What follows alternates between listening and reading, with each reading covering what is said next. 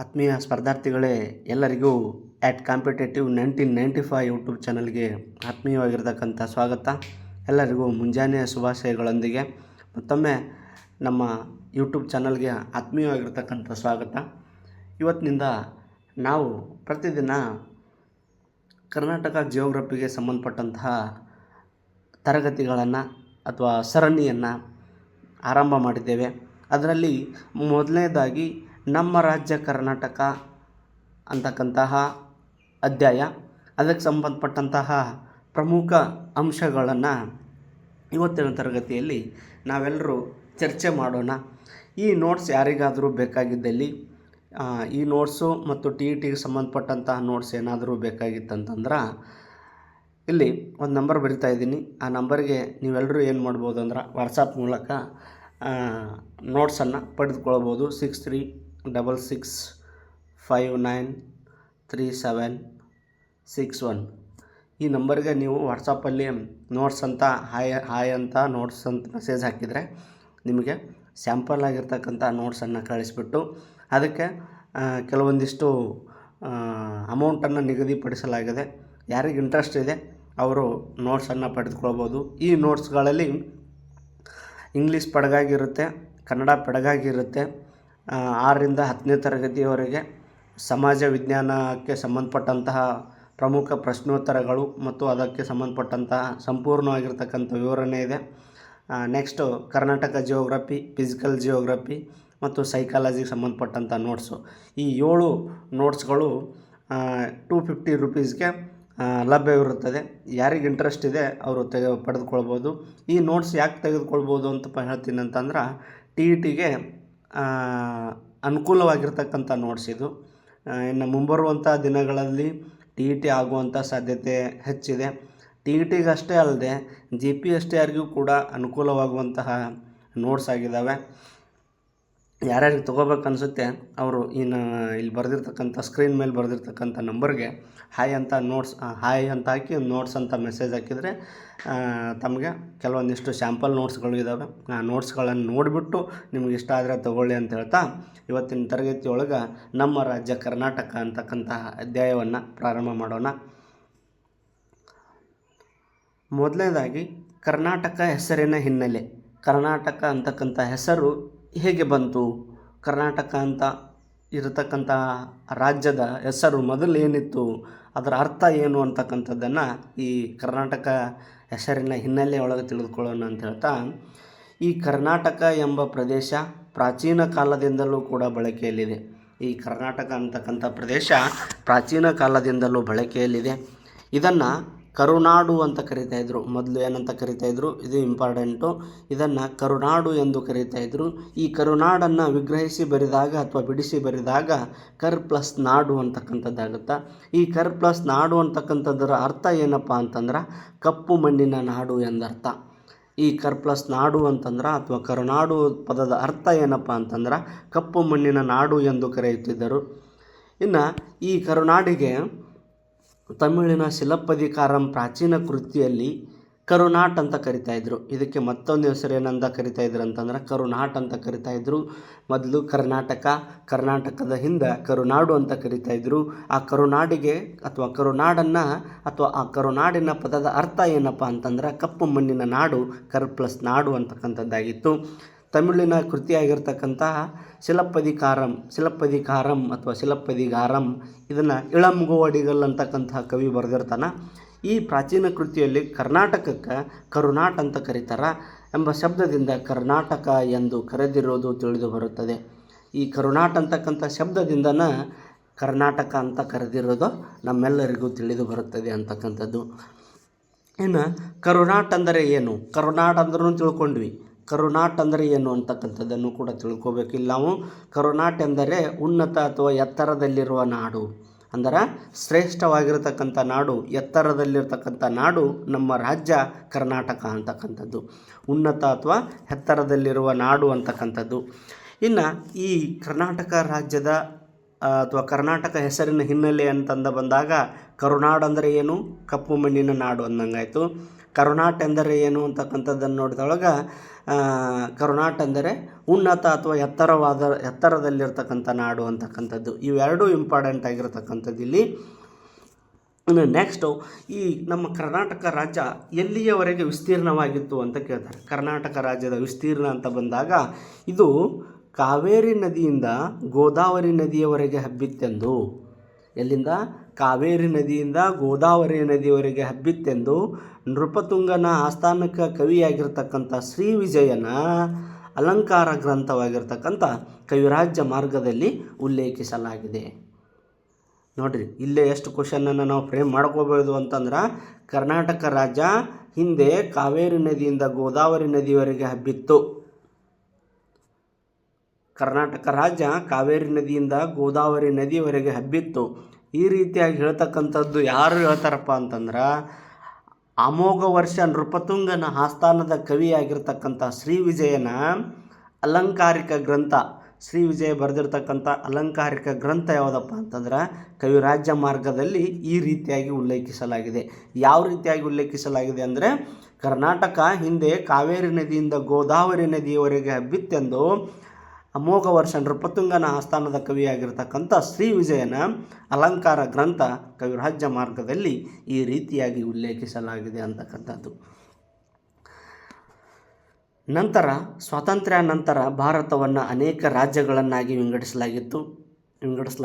ಸ್ವಾತಂತ್ರ್ಯ ಪಡೆದುಕೊಂಡ ನಂತರ ನಮ್ಮ ರಾಜ್ಯವನ್ನು ಅನೇಕ ರಾಜ್ಯಗಳನ್ನಾಗಿ ವಿಂಗಡಿಸಲಾಗುತ್ತಾ.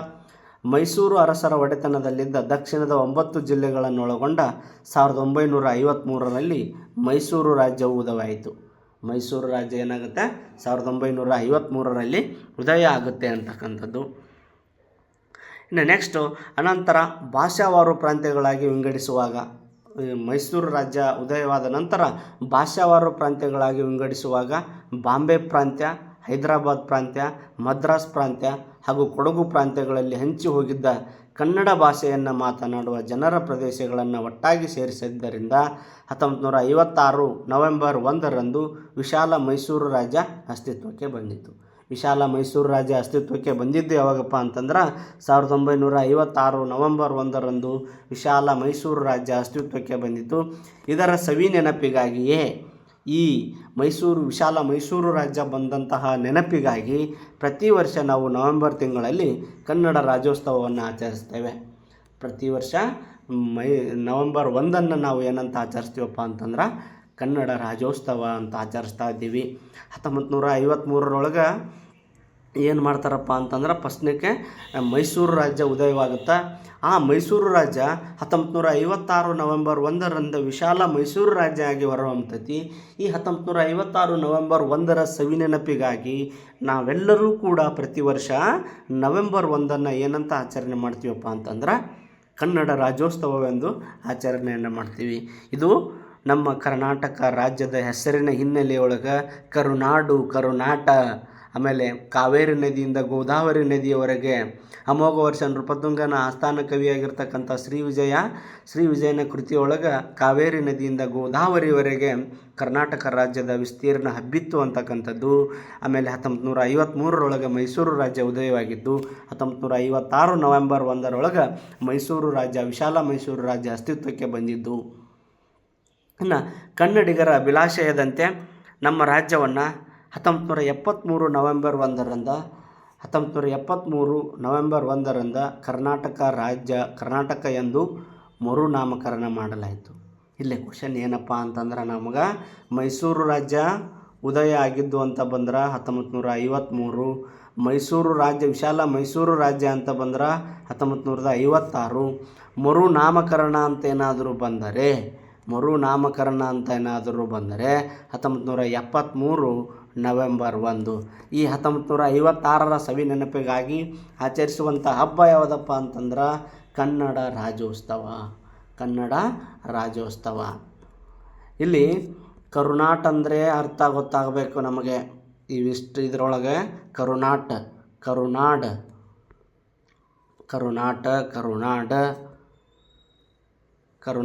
ಕರುನಾಡ ಆಮೇಲೆ ಕರ್ನಾಟಕ ರಾಜ್ಯದ ವಿಸ್ತೀರ್ಣ ಎಲ್ಲಿಂದ ಎಲ್ಲಿವರೆಗೆ ಇತ್ತು. ನೆಕ್ಸ್ಟ್ ಮೈಸೂರು ರಾಜ್ಯದ ಉದಯ, ಮೈಸೂರು ರಾಜ್ಯದ ಉದಯ, ಮೈಸೂರು ರಾಜ್ಯದ ಉದಯ. ನೆಕ್ಸ್ಟ್ ವಿಶಾಲ ಮೈಸೂರು ರಾಜ್ಯ, ವಿಶಾಲ ಮೈಸೂರು ರಾಜ್ಯ, ವಿಶಾಲ ಮೈಸೂರು ರಾಜ್ಯ ಯಾವಾಗಾಯಿತು?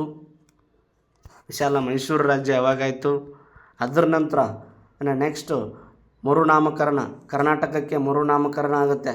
ಕರ್ನಾಟಕಕ್ಕೆ ಮರುನಾಮಕರಣ ಯಾವಾಗಾಯಿತು? ಮರುನಾಮಕರಣ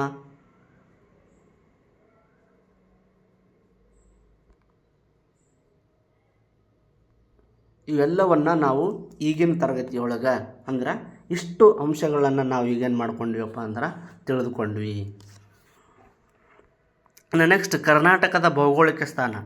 ಕರ್ನಾಟಕ ಭೌಗೋಳಿಕವಾಗಿ ಯಾವ ರೀತಿಯಾಗಿರ್ತಕ್ಕಂಥ ಹಂಚಿಕೆ ಆಗಿದೆ, ಎಲ್ಲಿ ಹಂಚಿಕೆ ಆಗಿದೆ, ಅಥವಾ ಉತ್ತರಕ್ಕೆ ಏನಿದೆ, ದಕ್ಷಿಣಕ್ಕೆ ಏನಿದೆ, ಪೂರ್ವಕ್ಕೆ ಏನಿದೆ, ಪಶ್ಚಿಮಕ್ಕೆ ಏನಿದೆ ಅಂತಕ್ಕಂಥದ್ದು ಈ ಕರ್ನಾಟಕದ ಭೌಗೋಳಿಕ ಸ್ಥಾನ ಅಂತಕ್ಕಂಥದ್ದು. ಇದು ಎರಡನೇ ಸಂಬಂಧಪಟ್ಟಂಥ ಅಂಶ, ಕರ್ನಾಟಕದ ಭೌಗೋಳಿಕ ಸ್ಥಾನ ಅಂತಕ್ಕಂಥದ್ದು.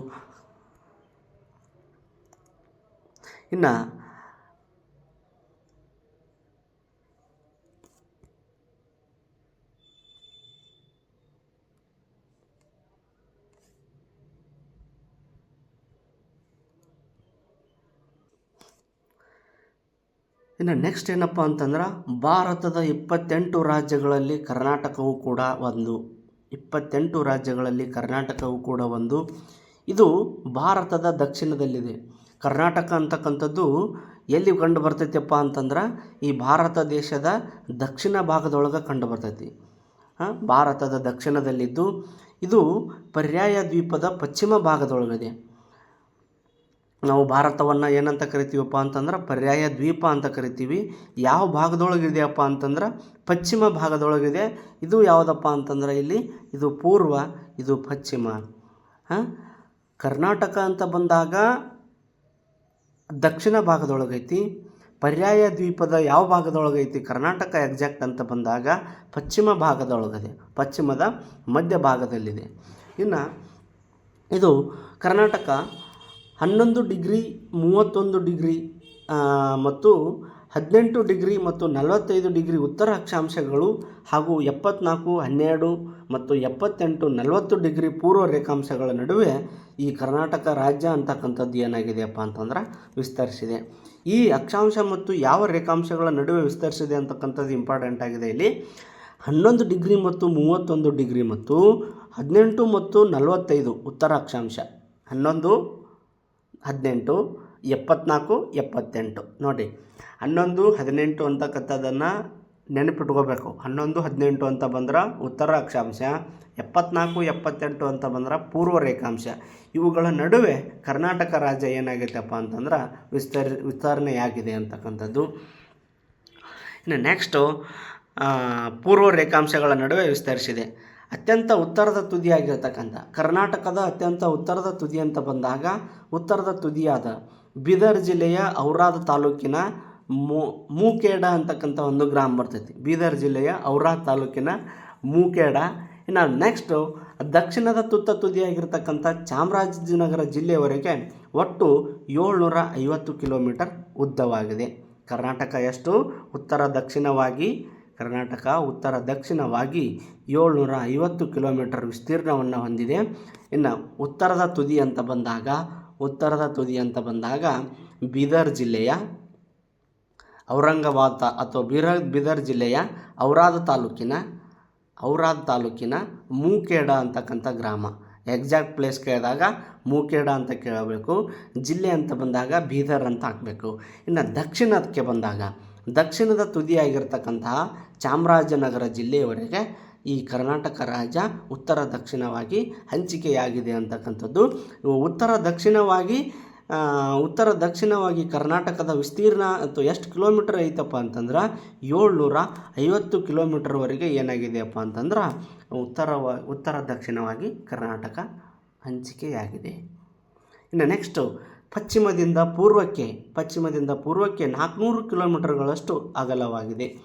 ಈ ಕರ್ನಾಟಕ ಅಂತಕ್ಕಂಥದ್ದು ಪಶ್ಚಿಮದಿಂದ ಪೂರ್ವಕ್ಕೆ 400 ಕಿಲೋಮೀಟರ್ಗಳಷ್ಟು ಅಗಲವಾಗಿದೆ. ಉತ್ತರ ಮತ್ತು ದಕ್ಷಿಣವಾಗಿ 750 ಕಿಲೋಮೀಟರ್ ಉದ್ದವಾಗಿದೆ. ಉತ್ತರ ಕನ್ನಡ ಜಿಲ್ಲೆಯು ಕಾರವಾರವು ಅತ್ಯಂತ ಪಶ್ಚಿಮದಲ್ಲಿದೆ. ಪಶ್ಚಿಮದ ತುದಿ ಅಂತ ಬಂದಾಗ ಉತ್ತರ ಕನ್ನಡ ಜಿಲ್ಲೆಯ ಕಾರವಾರ ಅಂತಕ್ಕಂಥದ್ದು. ಇನ್ನು ಪೂರ್ವ ತುದಿ ಅಂತ ಬಂದಾಗ ಕೋಲಾರ ಜಿಲ್ಲೆಯ ಮುಳಬಾಗಿಲು ತಾಲೂಕು ಪೂರ್ವ ತುದಿಯಲ್ಲಿದೆ. ಇಲ್ಲಿ ಫಸ್ಟ್ ಇದರೊಳಗಡೆ ನಾವು ತಿಳ್ಕೊಳ್ಬೇಕಾಗಿರತಕ್ಕಂಥದ್ದು ಕರ್ನಾಟಕ ರಾಜ್ಯ ಯಾವ ಅಕ್ಷಾಂಶ ಮತ್ತು ರೇಖಾಂಶಗಳ ನಡುವೆ ಇದೆ ಅಂತಕ್ಕಂಥದ್ದು. ಕರ್ನಾಟಕ ರಾಜ್ಯ ಇದು 11 ಡಿಗ್ರಿ 31 ಡಿಗ್ರಿ ಮತ್ತು 18 ಮತ್ತು 45 ಉತ್ತರ ಅಕ್ಷಾಂಶಗಳೊಳಗೆ ಹಾಗೂ 74 ಮತ್ತು 78 ಪೂರ್ವ ರೇಖಾಂಶಗಳ ನಡುವೆ ವಿಸ್ತರಿಸಿದೆ. ಇಲ್ಲಿ ಕರ್ನಾಟಕದೊಳಗೆ 28 ರಾಜ್ಯಗಳಿದ್ದಾವೆ. ಇದು ಭಾರತದ ದಕ್ಷಿಣಕ್ಕಿದೆ. ಪರ್ಯಾಯ ದ್ವೀಪದ ಪಶ್ಚಿಮ ಮಧ್ಯ ಭಾಗದೊಳಗೆ ಐತೆ ಕರ್ನಾಟಕ. ಅರ್ಥ ಆಯ್ತಾ ಸ್ನೇಹಿತರೆ? ಇನ್ನು ನೆಕ್ಸ್ಟು ಅತ್ಯಂತ ಉತ್ತರದ ತುದಿಯಾಗಿರ್ತಕ್ಕಂಥ ಬೀದರ್ ಜಿಲ್ಲೆಯ ಔರಾದ ತಾಲೂಕಿನ ಮೂಕೇಡ ಅಂತಕ್ಕಂಥದ್ದು. ದಕ್ಷಿಣ ತುದಿ ಅಂತ ಬಂದಾಗ ಚಾಮರಾಜನಗರ ಜಿಲ್ಲೆ. ಉತ್ತರ ದಕ್ಷಿಣವಾಗಿ ಕರ್ನಾಟಕ 750 ಕಿಲೋಮೀಟರ್ ಉದ್ದವಾಗಿದೆ. ಪಶ್ಚಿಮದಿಂದ ಪೂರ್ವಕ್ಕೆ ಕರ್ನಾಟಕ 400 ಕಿಲೋಮೀಟರ್ಗಳಷ್ಟು ಅಗಲವಾಗಿದೆ. ಇನ್ನು ಉತ್ತರ ಕನ್ನಡ ಜಿಲ್ಲೆಯ ಕಾರವಾರವು ಅತ್ಯಂತ ಪಶ್ಚಿಮದೊಳಗಿದೆ. ಪಶ್ಚಿಮದ ತುತ್ತ ತುದಿ ಅಂತ ಬಂದಾಗ ಕಾರವಾರ, ಪೂರ್ವದ ತುತ್ತ ತುದಿ ಅಂತ ಬಂದಾಗ ಕೋಲಾರದ ಮುಳಬಾಗಿಲು ತಾಲೂಕು ಅಂತಕ್ಕಂಥದ್ದು. ಇನ್ನು ಕರ್ನಾಟಕ ರಾಜ್ಯವು ಭೂ ಮತ್ತು ಜಲಮೇರೆಗಳನ್ನು ಎರಡೂ ಹೊಂದಿದೆ. ಈ ಕರ್ನಾಟಕ ರಾಜ್ಯ ಭೂಗಡಿ ಮತ್ತು ಜಲಗಡಿಗಳನ್ನು ಎರಡನ್ನೂ ಹೊಂದಿರತಕ್ಕಂಥ ರಾಜ್ಯ ಅಂತ ಬಂದಾಗ ಅದು ನಮ್ಮ ರಾಜ್ಯ, ಹೆಮ್ಮೆಯ ರಾಜ್ಯ ಕರ್ನಾಟಕ ಅಂತಕ್ಕಂಥದ್ದು. ಭೂಗಡಿ ಮತ್ತು ಜಲಮೇರೆ ಅಥವಾ ಜಲಮೇರೆ ಅಂದರೆ ಜಲಗಡಿಗಳು ಅಂತಕ್ಕಂಥದ್ದು. ಯಾವ್ಯಾವ ಇದ್ದಾವೆ ನಮ್ಮ ಕರ್ನಾಟಕಕ್ಕೆ ಭೂಗಡಿ ಮತ್ತು ಜಲಗಡಿ ಅಂತ ಬಂದಾಗ ಪೂರ್ವಕ್ಕೆ ಪಶ್ಚಿಮಕ್ಕೆ ಅರಬ್ಬಿ ಸಮುದ್ರ ಇದೆ. ಪಶ್ಚಿಮಕ್ಕೆ ಏನಾಗಿದೆ? ಅರಬ್ಬಿ ಸಮುದ್ರ ಇದೆ. ಇದು ಪಶ್ಚಿಮ. ಈ ಕಡೆ ಬಂದರೆ ಪೂರ್ವ. ಇಲ್ಲಿ ಪಶ್ಚಿಮಕ್ಕೆ ಯಾವ ಸಮುದ್ರ ಇದೆ? ಕರ್ನಾಟಕಕ್ಕೆ ಅರಬ್ಬಿ ಸಮುದ್ರ ಇದೆ. ಕರ್ನಾಟಕದ ಉತ್ತರಕ್ಕೆ ಹೋದರೆ ಮಹಾರಾಷ್ಟ್ರ. ಇನ್ನು ಪೂರ್ವಕ್ಕೆ ಬಂದರೆ ಆಂಧ್ರ ಪ್ರದೇಶ. ದಕ್ಷಿಣ ಮತ್ತು ಆಗ್ನೇಯಕ್ಕೆ ಬಂದರೆ ತಮಿಳುನಾಡು ಮತ್ತು ಹಿಂದೂ ಮಹಾಸಾಗರ ತಮಿಳುನಾಡು. ಇನ್ನು ನೈಋತ್ಯಕ್ಕೆ ಬಂದರೆ ಕೇರಳ, ಹಿಂದೂ ಮಹಾಸಾಗರ ಅಂತ ಬಂದರೆ ಭಾರತಕ್ಕೆ.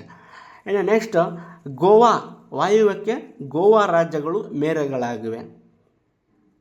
ನೋಡಿ ಇಲ್ಲಿ ಇನ್ನೊಂದು ಸಾರಿ, ಪಶ್ಚಿಮಕ್ಕೆ ಅರಬ್ಬಿ ಸಮುದ್ರ, ಪೂರ್ವಕ್ಕೆ ಮಹಾರಾಷ್ಟ್ರ, ಉತ್ತರಕ್ಕೆ ಮಹಾರಾಷ್ಟ್ರ, ಪೂರ್ವಕ್ಕೆ ಆಂಧ್ರ ಪ್ರದೇಶ, ದಕ್ಷಿಣ ಮತ್ತು ಆಗ್ನೇಯಕ್ಕೆ ತಮಿಳುನಾಡು, ನೈಋತ್ಯಕ್ಕೆ ಕೇರಳ, ವಾಯುವ್ಯಕ್ಕೆ ಗೋವಾ ರಾಜ್ಯಗಳು ಮೇರೆಗಳಾಗಿವೆ.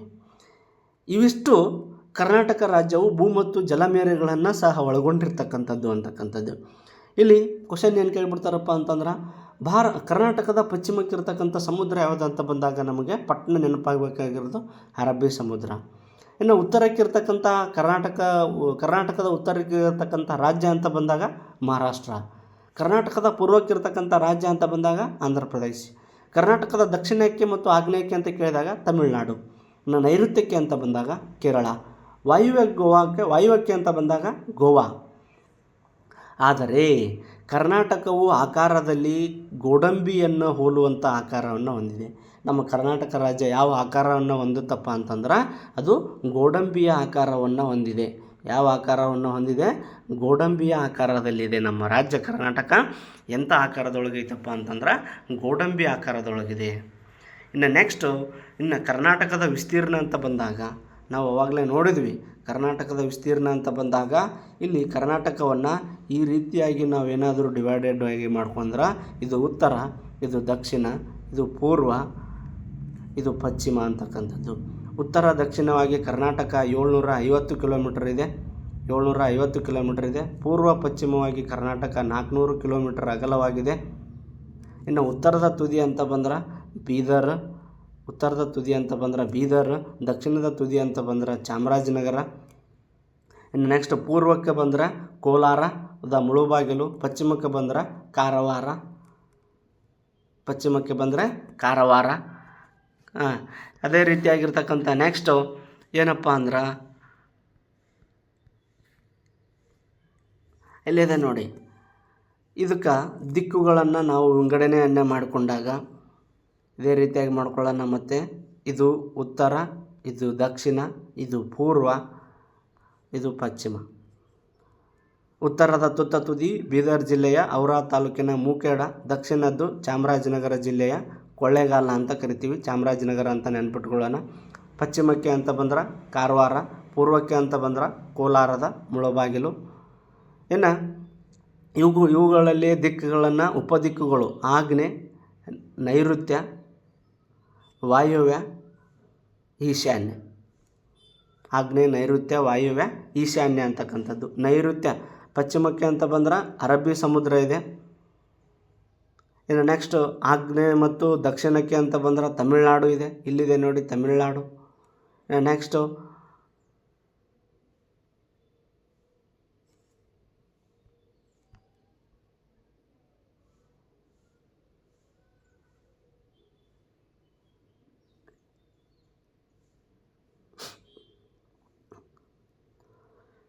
ಇದು ಎಷ್ಟು ಏನಾಗಿತ್ತಪ್ಪ ಅಂತಂದ್ರೆ ಕರ್ನಾಟಕ ರಾಜ್ಯದ ಭೂಮೇರೆಗಳು ಮತ್ತು ಜಲಮೇರೆಗಳು ಅಥವಾ ಅದರ ವಿಸ್ತೀರ್ಣ ಅಂತಕ್ಕಂಥದ್ದು. ಇನ್ನು ವಿಸ್ತೀರ್ಣವನ್ನು ನೋಡಿದೊಳಗಂಥ ಸಂದರ್ಭದೊಳಗೆ ಕರ್ನಾಟಕ ರಾಜ್ಯವು 1,91,000 ಚದರ ಕಿಲೋಮೀಟರ್ ವಿಸ್ತಾರವಾಗಿದೆ. ವಿಸ್ತೀರ್ಣದಲ್ಲಿ ಭಾರತದ ಇದು 7ನೇನಾ ಅಥವಾ 8ನೇನಾ ಅಂತಕ್ಕಂಥದ್ದನ್ನು ನೀವು ಏನು ಮಾಡಿರಿಪ್ಪ ಅಂತಂದ್ರೆ ಕಮೆಂಟ್ ಒಳಗಡೆ ಎಷ್ಟನೇ ದೊಡ್ಡ ರಾಜ್ಯ ಅಂತಕ್ಕಂಥದ್ದನ್ನು ಕಮೆಂಟ್ ಒಳಗೆ ಹಾಕಿ. ಇಲ್ಲಿ 8ನೇ ದೊಡ್ಡ ರಾಜ್ಯ ಅಂತ ನಮ್ಮ ಬುಕ್ಕದೊಳಗಡೆ ಇತ್ತು, ಬಟ್ ಅದು 7ನೇದಂತ ನನಗನ್ನಿಸ್ತಿದೆ. ನೋಡೋಣ ಯಾವುದಾಗಿದೆ ಅಂತ ಇನ್ನೊಂದು ಸಾರಿ ನೋಡಿಬಿಟ್ಟು ನಾನು ನಿಮಗೆ ನೆಕ್ಸ್ಟ್ ಕ್ಲಾಸಿನೊಳಗಡೆ ಕ್ಲಾರಿಫಿಕೇಷನ್ ಕೊಡ್ತೇನೆ. ಹೌದಾ? ಇನ್ನು 2011ರ ಜನಗಣತಿಯ ಪ್ರಕಾರ 6,30,30,704 ಜನಸಂಖ್ಯೆಯನ್ನು ಹೊಂದಿದೆ. ನಮ್ಮ ಕರ್ನಾಟಕದ ಜನಸಂಖ್ಯೆ 6 ಕೋಟಿ ಕನ್ನಡಿಗರ ಆಸ್ತಿ ಅಂತ ಹೇಳ್ತಾ ಇದ್ದಾರಲ್ಲ. ಇನ್ನು ಜನಸಂಖ್ಯೆಯೊಳಗೆ ಎಷ್ಟನೇ ಸ್ಥಾನದೊಳಗಿದೆಯಪ್ಪ ಅಂತಂದ್ರೆ 9ನೇ ಸ್ಥಾನದೊಳಗಿದೆ. ಜನಸಂಖ್ಯೆಯೊಳಗೆ 9ನೇ ಸ್ಥಾನದೊಳಗಿದೆ. ಭಾರತದ ಭೌಗೋಳಿಕ ವಿಸ್ತೀರ್ಣದಲ್ಲಿ ಕರ್ನಾಟಕದ ಭೌಗೋಳಿಕ ವಿಸ್ತೀರ್ಣದೊಳಗೆ ಕರ್ನಾಟಕದ ವಿಸ್ತೀರ್ಣ ಎಷ್ಟೈತಪ್ಪ ಅಂತಂದ್ರೆ 5.83 ಭಾಗದಷ್ಟಿದೆ. ಇಂದು ನಮ್ಮ ರಾಜ್ಯದಲ್ಲಿ ಒಟ್ಟು 31 ಜಿಲ್ಲೆಗಳಿದ್ದಾವೆ. ಆ 31ನೇ ಜಿಲ್ಲೆನೇ ಯಾವುದಪ್ಪ ಆಗೈತಪ್ಪ ಅಂದ್ರೆ 31ನೇ ಜಿಲ್ಲೆ ಯಾವುದಂದ್ರೆ ವಿಜಯನಗರ. ಹೊಸಪೇಟೆಯಿಂದ ವಿಭಜನೆ ಆಗಿದೆ. 31ನೇ ಜಿಲ್ಲೆ ಯಾವುದಪ್ಪ ಅಂದ್ರೆ ವಿಜಯನಗರ, ಹೊಸಪೇಟೆಯಿಂದ ವಿಭಜನೆ ಆಗಿರತಕ್ಕಂಥದ್ದು. ಇನ್ನು ಈ ಜಿಲ್ಲೆಗಳಲ್ಲಿ ಇವೆಲ್ಲವೂ ಕೂಡ 2011ರ ಗಣತಿಯ ಪ್ರಕಾರಗಳು ಮಾಹಿತಿಗಳು. ಯಾಕಂದರೆ ಅದು ಗಣತಿ ಆಗಬೇಕಾಗಿತ್ತು, ಬಟ್ ಆಗಿಲ್ಲ. ಹಾಗಾಗಿ ನಮಗೆ ಕೇಳಬೇಕಾದ್ರೆ ಹೆಂಗೆ ಕೇಳ್ತಾರೆ ಅಂತಂದರೆ 2011ರ ಗಣತಿಯ ದತ್ತಾಂಶಗಳನ್ನೇ ಕೇಳ್ತಾರೆ. ಹಾಗಾಗಿ ಈ ಜಿಲ್ಲೆಯಲ್ಲಿ ಒಟ್ಟು 227 ತಾಲೂಕುಗಳಿವೆ, 745 ಹೋಬಳಿ, 347 ಪಟ್ಟಣ ನಗರಗಳು, 29,483 ಹಳ್ಳಿಗಳಿದ್ದಾವೆ. 29,483 ಹಳ್ಳಿಗಳಿದ್ದಾವೆ.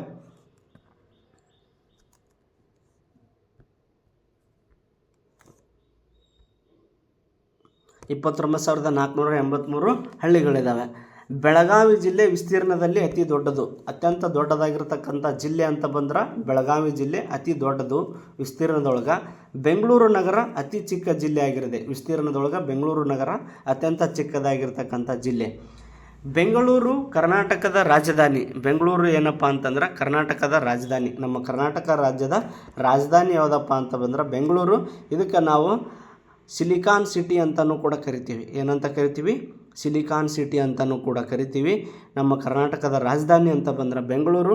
ಆಡಳಿತ ನಿರ್ವಹಣೆಯ ಅನುಕೂಲಕ್ಕಾಗಿ ಕರ್ನಾಟಕವನ್ನು 4 ವಿಭಾಗಗಳಾಗಿ ವಿಂಗಡಿಸಲಾಗಿದೆ. ಆಡಳಿತದ ವಿಭಾಗದ ಅನುಕೂಲಕ್ಕಾಗಿ ಕರ್ನಾಟಕವನ್ನು ಎಷ್ಟು ವಿಭಾಗಗಳನ್ನಾಗಿ ಮಾಡಲಾಗಿದೆಪ್ಪ ಅಂದ್ರೆ 4 ವಿಭಾಗಗಳನ್ನಾಗಿ ಮಾಡಲಾಗಿದೆ. ಅದರಲ್ಲಿ ಬೆಂಗಳೂರು ವಿಭಾಗ, ಮೈಸೂರು ವಿಭಾಗ, ಬೆಳಗಾವಿ ವಿಭಾಗ, ಕಲಬುರಗಿ ವಿಭಾಗ. ಇದರೊಳಗಡೆ 7 ಜಿಲ್ಲೆಗಳು,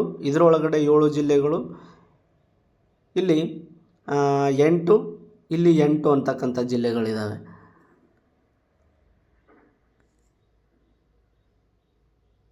ಇಲ್ಲಿ ಬೆಂಗಳೂರು ವಿಭಾಗದೊಳಗೆ 9, ಇಲ್ಲಿ 8, ಇಲ್ಲಿ 7 ಇದರೊಳಗಡೆ ಕೂಡ 7 ಜಿಲ್ಲೆಗಳಿದ್ದಾವೆ. ಒಟ್ಟು ಟೋಟಲ್ 31 ಜಿಲ್ಲೆಗಳನ್ನು ನಾವೇನು ಮಾಡಿದ್ದೀವಪ್ಪ ಅಂತಂದ್ರೆ ವಿಭಜನೆಯನ್ನು ಮಾಡಿಕೊಂಡಿದ್ದೀವಿ ಅಂತಕ್ಕಂಥದ್ದು.